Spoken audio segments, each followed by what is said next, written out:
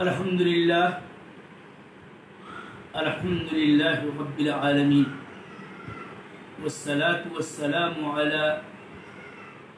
عبد اللہ ورسولہ محمد وعلی آلہ واصحابہ وازواجہ وذریاتہ اجمعین، اما بعد۔ میں نے پچھلے درس میں وعدہ کیا تھا کہ اب میں ان صفات رضا، غضب اور کئی صفات فعل اختیاریہ جن کا ذکر شیخ الاسلام ابن تیمیہ رحمہ اللہ نے یہاں پر کیا ہے اور اس کی دلیلیں آیتوں سے پیش کی ہیں، اپنا جو ان کا طریق اور منہج ہے اس مسئلے کو بیان کرنے میں، ان آیات کی میں مختصر ترجمانی کروں گا اور محل شاہد کی طرف اشارہ کرتا گزروں گا، اور کوئی فائدے کی چیز ہوگی اس کا ذکر کیا جائے گا۔ تو پہلی آیت تھی رضی اللہ عنہم ورضوا عنہ، یہ اور اس طرح کی کئی آیتیں ہیں قرآن کریم کی متعدد سور کے اندر۔ اس ٹکڑے کا اگر ہم ترجمہ کریں تو اس قدر ترجمہ ہے معنی خیز کہ یہ سابقون الاولون من المہاجرین والانصار اور اخلاص کے ساتھ ان کی پیروی کرنے والے، انہی کے متعلق اللہ تعالی نے یہ فرمایا کہ رضی اللہ عنہم ورضوا عنہ، اللہ ان سے راضی ہوا اور وہ اس سے راضی ہوئے۔ اور بھی میں نے کہا دیگر مقامات پر اہل ایمان اور عمل صالح کرنے والوں کے متعلق بھی اللہ تعالی نے یہی فرمایا، سورہ بینہ میں دیکھ سکتے ہیں کہ رضی اللہ عنہم ورضوا عنہ، اللہ ان سے راضی ہوا، وہ اس سے راضی ہو گئے۔ تو موضع شاہد رضی اللہ عنہم ہے کہ جس سے یہ ثابت ہوتا ہے کہ اللہ تعالی کی صفت ہے رضا، کہ وہ اپنے مومن، مخلص، موحد، صالحین بندوں سے خوش ہوتا ہے، اور یہ اس کی صفت ہے جو اس کی شایان شان ہے، اس کے عظمت و جلال کے لائق و زیبا ہے، اور اہل سنت والجماعت اس پر بغیر کسی تحریف معنوی و لفظی، بغیر کسی نفی و تعطیل اور بغیر کسی تکییف کے اور مماثلت کے ایمان رکھتے ہیں۔ دوسری آیت سورہ نساء کی ہے، لمبی آیت ہے، اس کا ایک حصہ یہاں پر مذکور ہے جس میں اس بات کا اصل ذکر ہے کہ جو شخص کسی مومن کو تعمد کے ساتھ قتل کر ڈالے تو اس کا بدلہ یہ ہے کہ جہنم میں وہ ہوگا، جس میں ہمیشہ رہے گا، اور ایسے قاتل مومن سے اللہ تعالی غضبناک ہوتا ہے، غضبناک ہوا، غضب اللہ علیہ، اور اس پر اللہ تعالی غضب ناک ہوا، وَلَعَنَهُ، اور اس پر لعنت بھیجی۔ آیت کی تفسیر تمام و کمال کے ساتھ ہم اور آپ معتبر اہل سنت علماء مفسرین کی تفسیروں میں پڑھ سکتے ہیں۔ یہاں محل شاہد وَغَضِبَ اللَّهُ عَلَيْهِ وَلَعَنَهُ کہ جس سے اللہ تعالی کی صفات میں سے دو صفتوں کا اثبات ہوتا ہے، اس کا ثبوت ملتا ہے، اور وہ یہ کہ اللہ تعالی کی ایک صفت غضب ہے، اور اس کی اور ایک صفت ہے لعن۔ غضب کے معنی اگر ہم اردو تعبیر میں لیں، غصہ، ناراضگی، غضبناک ہونا، اور لعن کا معنی جیسا کہ لغت میں اور علماء معتبر علماء نے جو معنی بیان کیا ہے وہ ہے الطرد والابعاد من رحمت اللہ، اللہ تعالیٰ کی رحمت سے دھتکارنا اور دور کر دینا۔ اور اس طرح سے لعنہ کا مطلب یہ ہوا کہ اللہ تعالیٰ اس کو اپنی رحمت سے دھتکار دیتا ہے، دور کر دیتا ہے، اور یہ اللہ تعالیٰ کی صفات فعلیہ اختیاریہ میں سے ایک ہے، جس کی یہ ہے آیت کریمہ، یہ کتاب اللہ کا نص، اور اس کے علاوہ بھی آیتیں ہیں اور احادیث کا ایک لمبا ذخیرہ ہے جس میں اللہ تعالیٰ کی اس صفت کا ان نصوص سنت سے اثبات ہوتا ہے۔ اب یہاں میں ایک فائدے کی بات پھر ذکر کر جاؤں، وَبِضِدِّهِ تَتَبَيَّنُ الْأَشْيَاءُ، مخالفین جو ہمارے عقیدے کے مخالفین،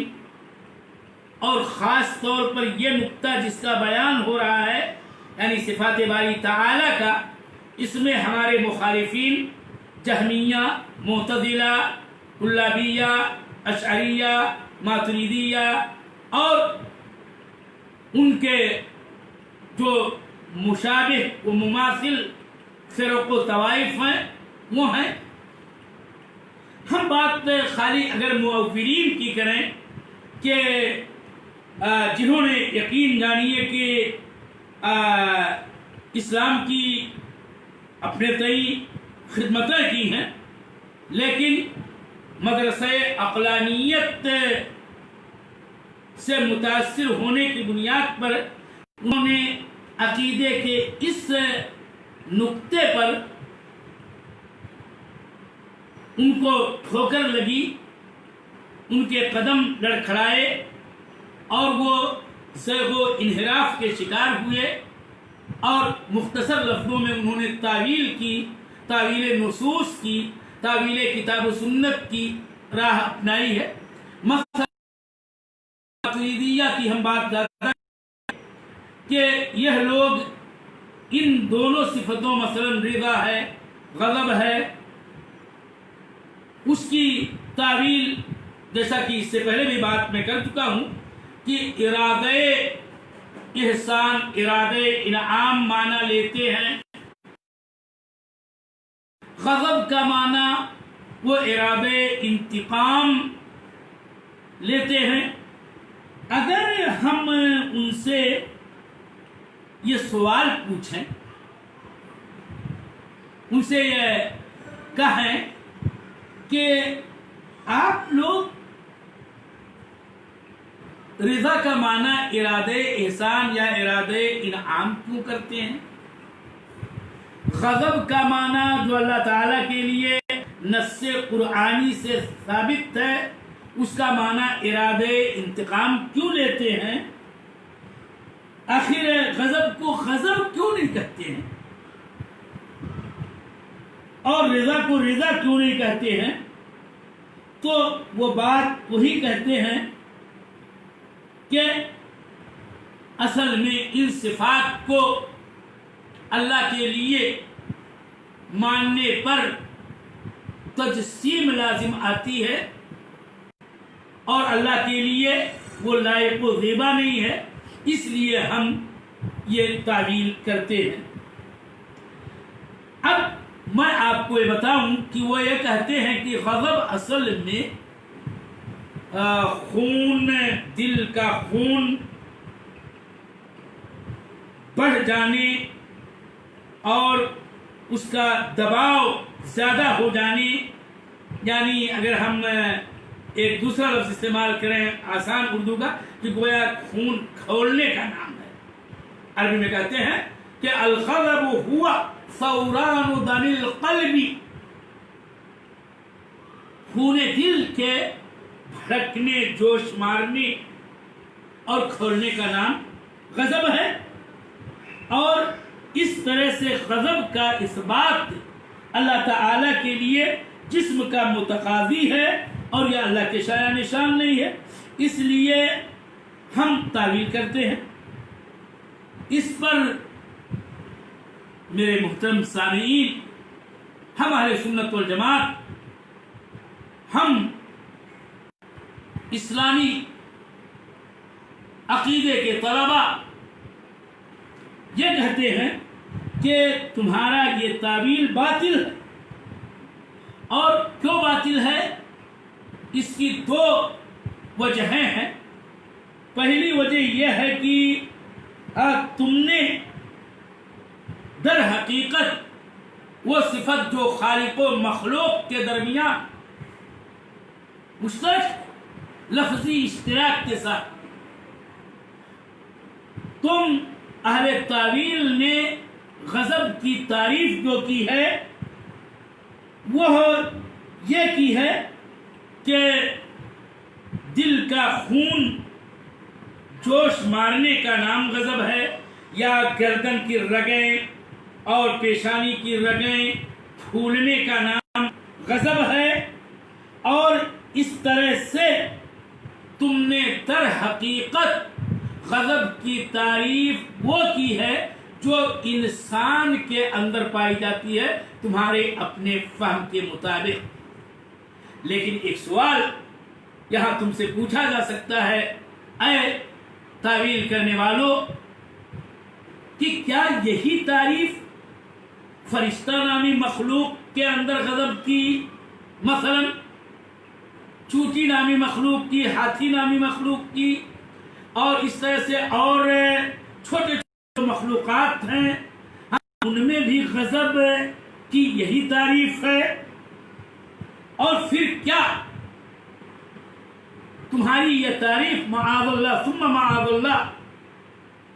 خمدہن نقل کفر کفر نباشد، کیا اللہ جل وعلا کے غضب کی یہی تعریف ہے جو تم نے کی ہے؟ اور تم کو اس کا علم کیسے ہوا کہ اللہ جل وعلا جو خود قائل ہے کہ وہ غضب اللہ علیہ، کیا تم نے پہلے سے یہ طے کر لیا کہ اللہ جل وعلا کے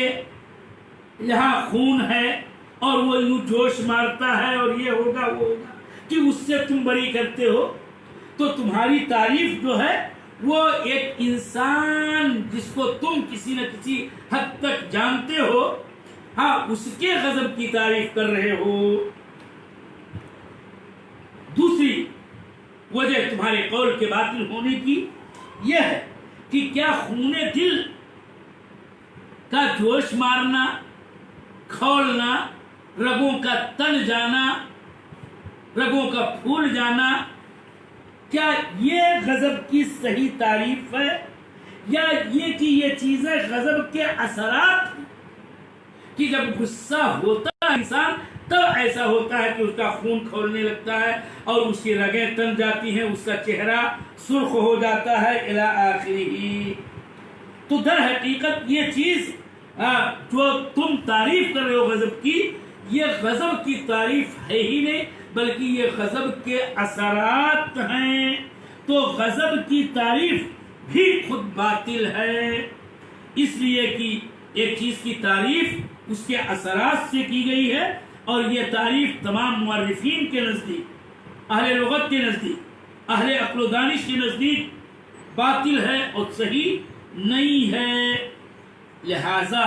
اہل قول کی تعویل اور تعویل کی وجہ بھی صحیح نہیں ہے بلکہ باطل ہے، اور یوں ان کا طرز عمل صفات کے باب میں تعویل کا غلط ہے اور باطل ہے۔ پھر ایک بات یہ بھی کہ تم مثلا غضب کا معنی ارادہ انتقام لیتے ہو، تو گویا اس صفت کی نفی کر کے اور اس کے بدلے صفت ارادہ کا تم اس بات کرتے ہو، اور گویا بجائے غضب کے ارادہ غضب کی صفت تم نے بنا ڈالی اس نص کی۔ اب یہ سوال تم سے کیا جائے کہ ارادے کی تم تعریف کرو، کیا ہے ارادے کی تعریف؟ اور دوسرا سوال یہی ساتھ ساتھ کہ کیا اللہ جل وعلا کا ارادہ ہے کہ نہیں ہے، اور پھر کیا مخلوق کا بھی ارادہ ہوتا ہے کہ نہیں ہوتا ہے؟ کیا مخلوق کی یہ صفت لفظی اشتراک کے ساتھ ہوتی ہے کہ نہیں ہوتی ہے؟ تمہیں یقین جاننا پڑے گا اور یہ کہنا پڑے گا کہ انسان نامی مخلوق بھی ارادہ کی صفت سے موصوف ہوتا ہے۔ پھر اب ارادے کی تم تعریف کرو کہ انسان کا ارادہ جب ہوتا ہے تو اس کے اندر کیا تغیر آتا ہے، جسمانی طور پر اس کے اندر کیا کیا بدلاؤ اور کیا کیا زیر و بم پیدا ہوتا ہے، وہ کس طرح سے سوچتا ہے، فکر کرتا ہے، پلاننگ کرتا ہے، منصوبے کرتا ہے، مقدمات ترتیب دیتا ہے الی آخری، اور تب ایک چیز کا جا کے ارادہ کرتا ہے۔ تو سوال یہ ہے کہ یہاں کیا صفت ارادہ جو انسان کا ہے، کیا اس کے لیے حلول آراز کی بات نہیں آتی ہے کہ اس کے لیے جسم لازم ہے، اور پھر جب اللہ جل وعلا کے لیے تو تم جسم لازم مانتے ہو غضب کے ارادے کو ثابت کرنے میں، تو ارادے کی صفت کے لیے بھی تجسیم حقیقت میں لازم آتی ہے، اور لہذا تم جس محظور سے بچنے کے لیے غضب کا معنی غضب نہ لے کر کے ارادہ انتقام لیتے ہو، حقیقت میں وہی محظور ارادہ کی صفت یا ارادہ انتقام ماننے میں لازم آتا ہے۔ اہل تعویل رضا و غضب کی جو تعویل اور تفسیر ارادے سے کرتے ہیں، ہم ان سے یہی باتیں اگر پوچھیں تو یہ بات یاد رہے کہ وہی ساری حلول آراز والی جو لوازمات لازم آتی ہیں جن سے فرار اختیار کرنے کے لیے تم افعال اور صفات اختیاریہ کی حقیقت میں تحریف اور نفی کرتے ہو اور کوئی منمانی معنی لینا چاہتے ہو، یہ خود ارادہ والی صفت کو ماننے کی صورت میں بھی لازم آتا ہے۔ لہذا آپ لوگ اللہ جل وعلا کے لیے ارادے کی صفت ماننے پر جبکہ تجسیم لازم آتی ہے، کیا جواب دو گے؟ جو جواب تم دو گے وہی جواب ہمارا بھی ہوگا۔ میں اپنی گفتگو علامہ ابن تیمیہ رحمہ اللہ کی تدمریہ کی ایک عبارت پر کرنا چاہتا ہوں اپنی گفتگو ختم میں، جو انہوں نے ان معولین کے اصل اور قاعدہ کو توڑنے کے لیے بتایا ہے کہ شیخ الاسلام ابن تیمیہ نے کہا کہ میں ان کی عبارت کا ملخص ترجمہ سنا دیتا ہوں پڑھ کے۔ شیخ الاسلام ابن تیمیہ نے کہا کہ رسول اللہ صلی اللہ علیہ وسلم نے جن صفات کی خبر اپنی احادیث میں دی، ان صفات کا ہر منکر اور ہر نفی کرنے والا وہ کسی صفت کی نفی اس لیے کرتا ہے کہ حقیقت میں وہ کسی صفت کی کسی محظور سے فرار اختیار کرنے کے لیے نفی کرتا ہے، تو وہ جس محظور سے بھاگ کر نفی کرتا ہے اسی طرح کے محظور میں واقع ہو جاتا ہے۔ لہذا معاملہ صفت میں یہ ضروری ہے کہ وہ ایک ذات موجود، واجب الوجود اور قدیم صفات سے متصف ثابت کرے جو دوسرے سے بالکل نمایاں ہو اور مخلوقات کے مماثل نہ ہو، اور وہ ایسا نہیں کر سکتا ہے۔ جب بھی وہ کوئی صفت اللہ تعالیٰ کے لیے ثابت مانے گا، اگر بات جرح کی جائے اور انہی کے اپنے اصولوں کے اعتبار سے کی جائے تو پھر ہر صفت کے اس بات میں، حتیٰ کہ معولین جن صفات کا اس بات کرتے ہیں جیسے کہ اشاعرہ، جو 7 اور پھر بعد میں بعض نے ایک اضافہ کیا 8 صفات کا اس بات کرتے ہیں، ان صفات کے سلسلے میں بھی وہی محظور ثابت کیا جا سکتا ہے سامنے لا کر کے جو خود وہ بقیہ اور دیگر صفات کے سلسلے میں ثابت کرتے ہیں۔ لہذا تم پر یہ ضروری ٹھہرتا ہے کہ پہلے اپنے دل و دماغ کو اللہ جل وعلا کی صفات کے سلسلے میں مماثلت و تمثیل والے فکر سے خالی کرو، اور وہ بھی آیت کریمہ کی روشنی میں لیسا کمثلہ شیء۔ ورنہ اگر تم اس اصل الوصول قرآنی پر یقین نہیں رکھتے ہو تو یقین جانیے کہ عقلی اعتبار سے ہر صفت کے سلسلے میں محظور ثابت ہوگی اور اس سے مفر تمہارے لیے نہیں ہوگا۔ لہذا اہل سنت والجماعت کا اعتقاد و منہج کتنا سلیم اور کتنا صحیح اور درست ہے کہ لفظی یہ وہ ممنوع مماثلت و تمثیل کے مخالف ہرگز نہیں ہے۔ لہذا اشتراک لفظی اس بات کی موجب نہیں ہے کہ اللہ تعالیٰ کے لیے اس صفت کا جو انسانوں کے لیے ہے مثلا اس کا تمثیل کا بہانہ کر کے انکار کر دیا جائے، نہیں، بلکہ اللہ جل وعلا کا مثلا سمع اس کی شان کے مطابق اور انسان مخلوق کا سمع